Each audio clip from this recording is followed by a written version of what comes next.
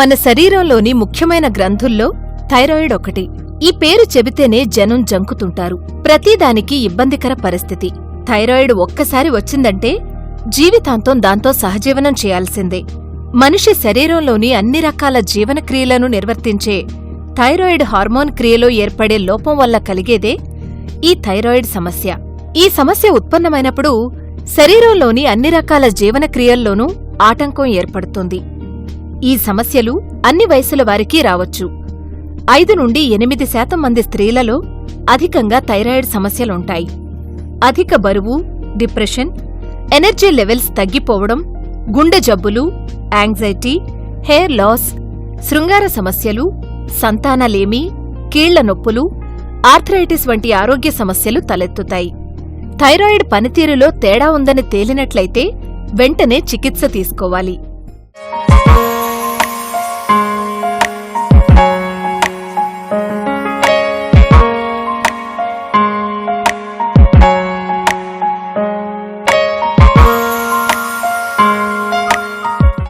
Thyroid గ్రంథి అనేది శరీరంలో అతిపెద్దది. ఇది సీతాకోకచిలుక ఆకారంలో గొంతు ముందు భాగంలో ఉంటుంది. ఈ గ్రంథి ఉత్పత్తి చేసే హార్మోన్ల ప్రభావం వల్ల శరీరంలో ఉన్న వివిధ కణాలు అవసరమైన శక్తిని ఉపయోగించుకొని విధి నిర్వహణకు తోడ్పడతాయి. థైరాయిడ్ పురుషుల కంటే మహిళల్నే అధిక శాతం వేధిస్తోంది. ఈ సమస్యపై సమగ్ర సమాచారంతో మీ ముందుకొచ్చింది ఈనాటి ఆరోగ్యమస్తు.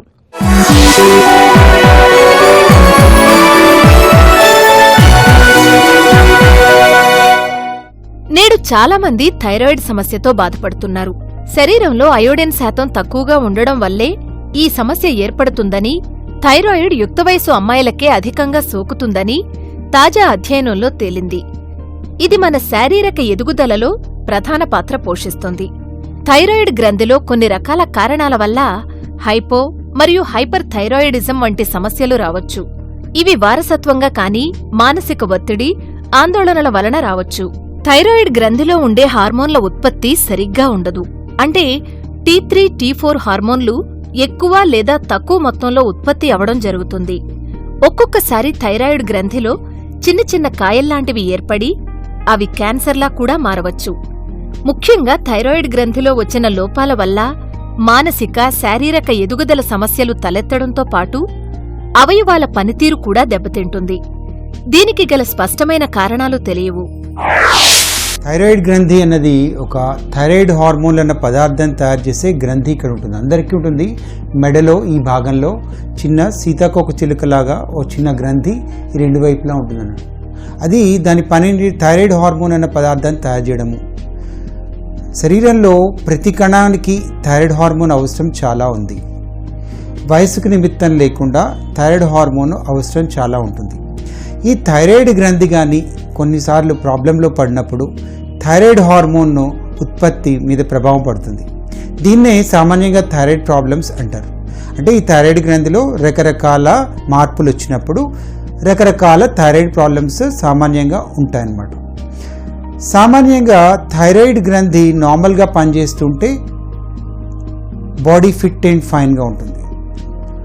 ఒకవేళ థైరాయిడ్ హార్మోన్ గ్రంథి తక్కువగా పనిచేస్తుండడం వల్ల, థైరాయిడ్ హార్మోన్ ప్రొడక్షన్ డౌన్ అవడం వల్ల దాని ప్రభావం బాడీలో తగ్గడాన్ని హైపోథైరాయిడిజం అంటారు. థైరాయిడ్ అనేది పలు రకాలు. అందులో ఒకటి హైపర్ థైరాయిడిజం.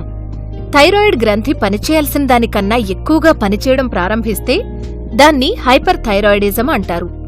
హైపర్ థైరాయిడిజం సమస్య ఉన్నవారిలో కంగారు పడడం, చిరాకు, చెమటలు ఎక్కువ పట్టడం, గుండెదడ, చేతులు వణకడం, ఆందోళన, నిద్రలేమి, చర్మం పొడిబారడం, జుట్టు రాలడం, విరేచనాలు, బరువు తగ్గిపోవడం, యూరిన్ ఎక్కువసార్లు అవ్వడం, నెలసరులు సరిగ్గా రాకపోవడం, కంటి చుట్టూ ఉండే కండరాలు బలహీనపడటం లాంటి లక్షణాలు కనిపిస్తాయి.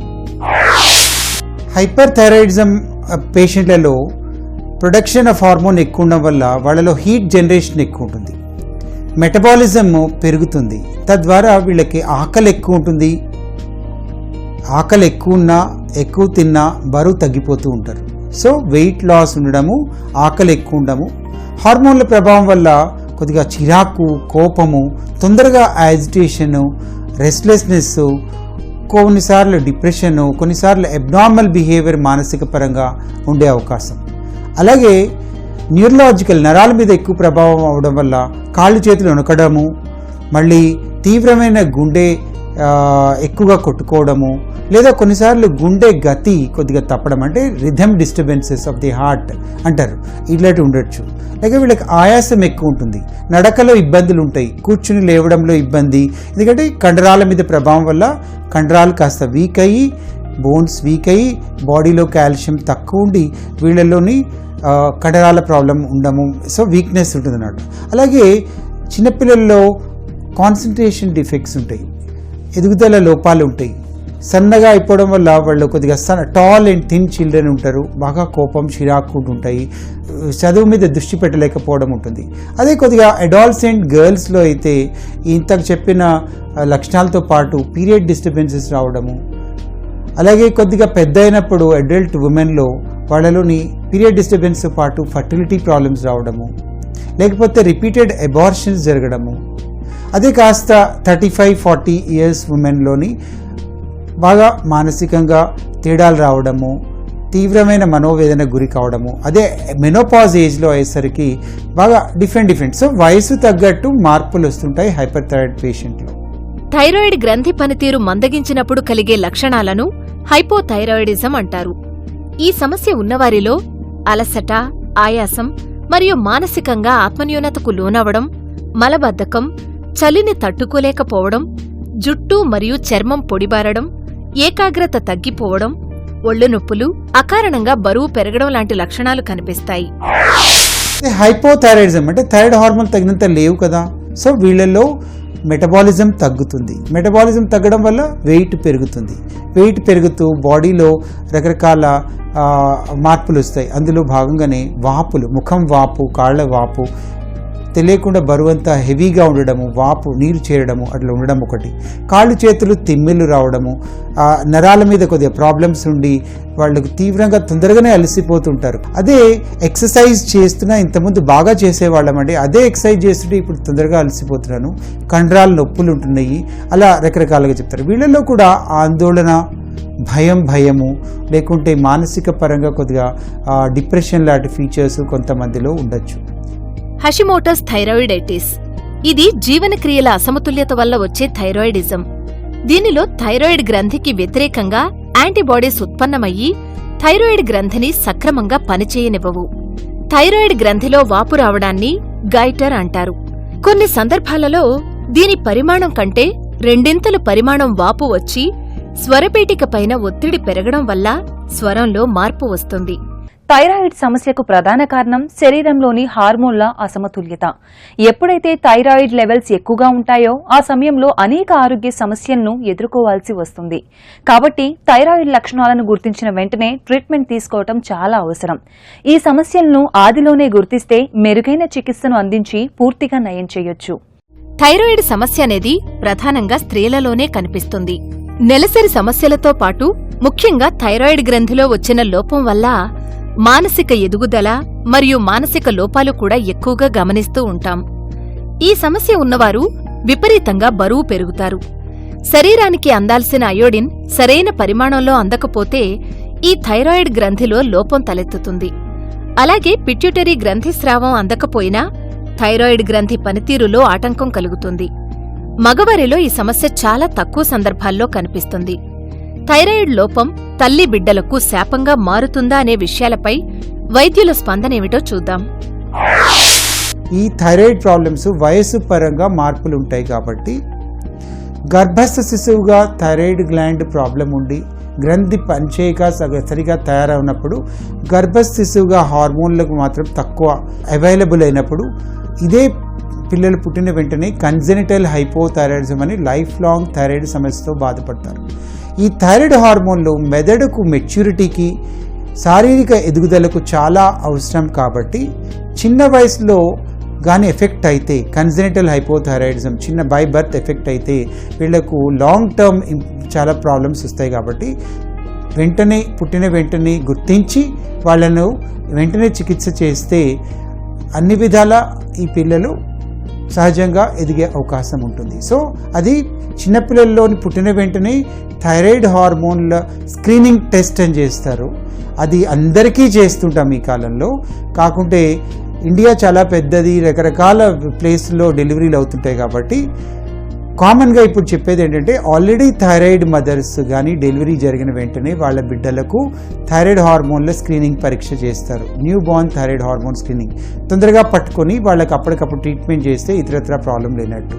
సో పోను ఇండియా అంతా కూడా congenital hypothyroidism screening, new born thyroid screening ఇది నేషనల్ ప్రోగ్రామ్ కింద చేయడం జరుగుతుంది. సో ఆ టైంలో పట్టుకుంటే ట్రీట్మెంట్ బెటర్. అదే కొంచెం చిన్న వయసులో 4-5 years ఆఫ్ ఏజ్లో వచ్చిందనుకోండి, వాళ్లకు ఎదుగుదల ఎఫెక్ట్ వస్తుంది. థైరాయిడ్ సమస్యతో బాధపడుతున్న వారు క్రమం తప్పకుండా వైద్యుల సలహా మేరకు మందులు వాడాలి. అంతేకాని వైద్యుల సలహా లేకుండా మందుల మోతాదు పెంచడం, ఆపివేయడం లాంటివి చేయకూడదు. ఈ సమస్యను అశ్రద్ధ చేస్తే అది హృద్రోగానికి దారితీస్తుంది. కాబట్టి సకాలంలో సరైన వైద్య చికిత్స పొందడం ఎంతో ఉత్తమం. కొన్ని సంకేతాలు సాధారణంగా అనిపించినా వాటిని ముందుగా గుర్తించడం వల్ల ఈ సమస్యను తేలికగా అధిగమించవచ్చు. థైరాయిడ్ సమస్యను సూచించే సంకేతాలేంటో ఇప్పుడు చూద్దాం. జుట్టు ఎక్కువగా రాలిపోతూ ఒత్తుగా జుట్టు కనిపించకపోతే దాన్ని హైపోథైరాయిడిజంగా చెబుతారు. శరీరంలో ఐరన్ లోపం వల్ల ఈ థైరాయిడ్ సమస్య తలెత్తుతుంది. ఈ సమస్య మిమ్మల్ని డిప్రెషన్కి లోనయ్యేలా చేస్తుంది.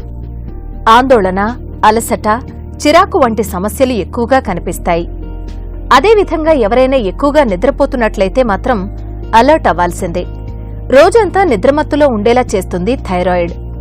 బరువు పెరగడం అనేది చాలా రకాల సమస్యలతో వస్తుంది.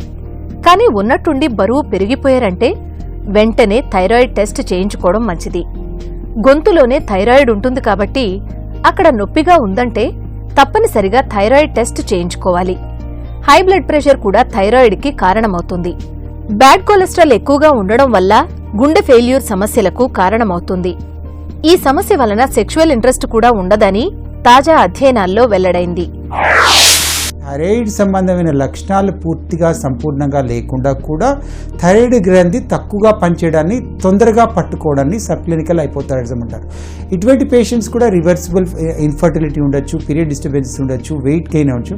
అటువంటి సిచ్యుయేషన్లో డాక్టర్ గారు నాకు T34 నార్మలే ఉంది కదా అని నెగ్లెక్ట్ చేయకుండా డాక్టర్ దగ్గరికి వస్తే ఇక్కడ ఒకటి గుర్తుపెట్టుకోవాలి. ఒక్క థైరాయిడ్ పరీక్ష వల్ల చూసుకొని బాగా తీవ్రమైన మనోవేదనకి వెళ్ళిపోవడము, లేదా ఒక్క బేసిస్ మీద subclinical hypothyroidism TSH above normal కొద్దిగా ఉండడం వల్ల చాలామంది టాబ్లెట్లు స్టార్ట్ చేయడం జరుగుతుంది. ఇది తప్పు. ఎందుకంటే కొన్నిసార్లు పరీక్ష పద్ధతి కూడా స్టాండర్డ్ పద్ధతి ద్వారా జరిగిందా లేదా, కరెక్ట్ టైంలో తీసారా లేదా, వీటిని చూసుకున్నాం. సో రిపీట్ చేస్తాం. ఆ TSH 5-6 అనే లెవెల్లో వచ్చి థైరాయిడ్ పేషెంట్స్ అమ్మో నాకు థైరాయిడ్ ఉందని డాక్టర్ దగ్గరికి వస్తున్నప్పుడు వాళ్ళలో కొన్నిసార్లు రిపీట్ చేస్తాం. రిపీట్ చేస్తే కొన్ని పరిస్థితుల్లో నార్మలే రావచ్చు.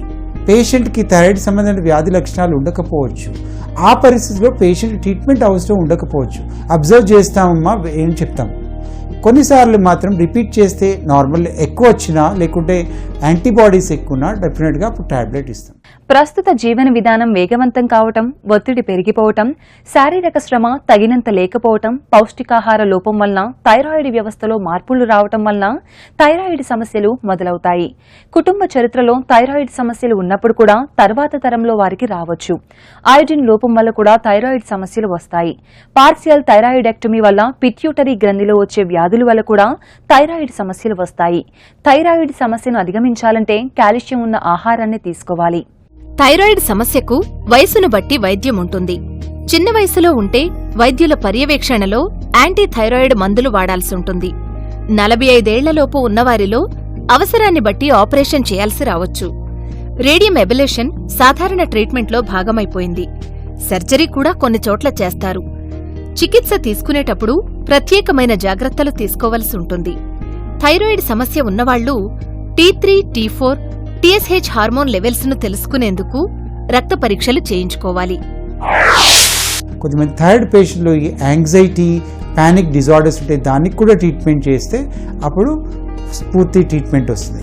అట్లాగే అడల్ట్స్లోని మనకు బ్రేకింగ్ ఆఫ్ వాయిస్ ఉంటారు, అంటే కొంచెం క్రోకింగ్ ఆఫ్ వాయిస్లో రావడము, వాయిస్ మార్పు అయినా, థైరాయిడ్ గ్లాండ్ వాపు ఉన్నా, మొహం వాపు ఉన్నా, చర్మం చిక్కగా అయి కొద్దిగా డ్రై అయిపోతున్నా, దురదలు వస్తున్నా, లేకుంటే తిమ్మిర్లు వస్తున్నా థైరాయిడ్ హార్మోన్ చెకప్ చేసుకొని హార్మోన్ లోటు ఉందా అని చూసుకోవడం ఇంపార్టెంట్.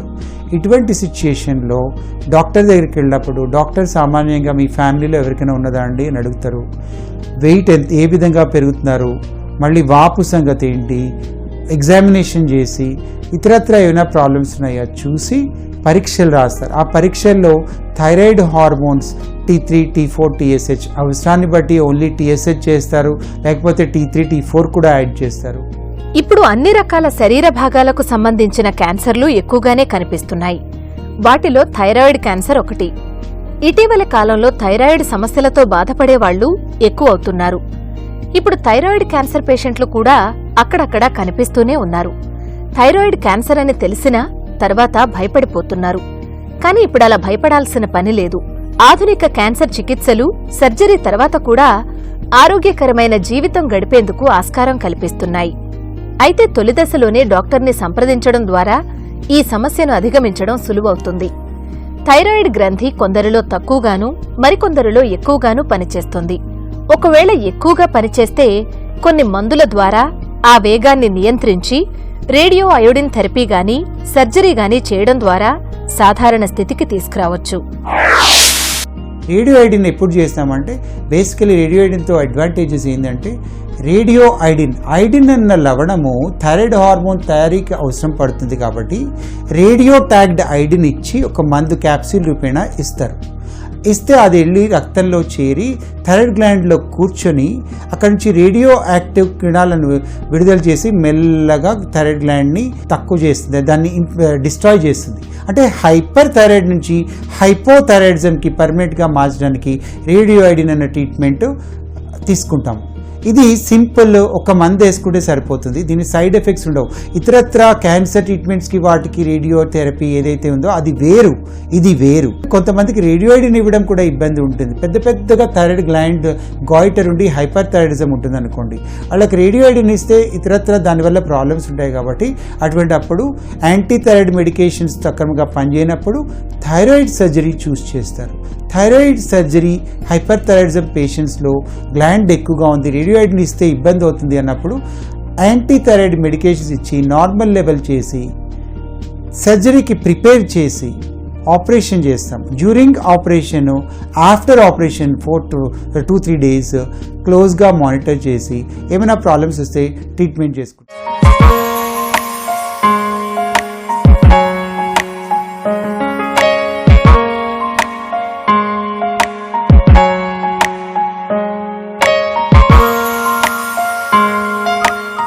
థైరాయిడ్ సమస్యపై సమాజంలో ఇంకా తగినంత అవగాహన పెరగాల్సి ఉంది. ఈ సమస్య ముదిరినప్పుడే చికిత్స కోసం డాక్టర్ల చుట్టూ తిరుగుతున్నారు. అయితే సమస్యను తొలినాళ్లలోనే గుర్తించి త్వరగా చికిత్స ప్రారంభిస్తే థైరాయిడ్ వల్ల ఉత్పన్నమయ్యే సమస్యల నుంచి బయటపడగలం. ఇదండి ఈనాటి ఆరోగ్యమస్తు. మరొక హెల్దీ టాపిక్తో మీ ఆరోగ్యమస్తులో మళ్ళీ కలుద్దాం. Stay healthy, be happy. ఆరోగ్యమస్తు కార్యక్రమాన్ని ఆన్లైన్లో చూడాలనుకునేవారు www.youtube.com/etvlifeindia, అలాగే www.facebook.com/etvlifeindia, అలాగే ట్విట్టర్లో చూడాలనుకునేవారు www.twitter.com/etvlifeindia అని టైప్ చేసి ఈ కార్యక్రమాన్ని చూడొచ్చు.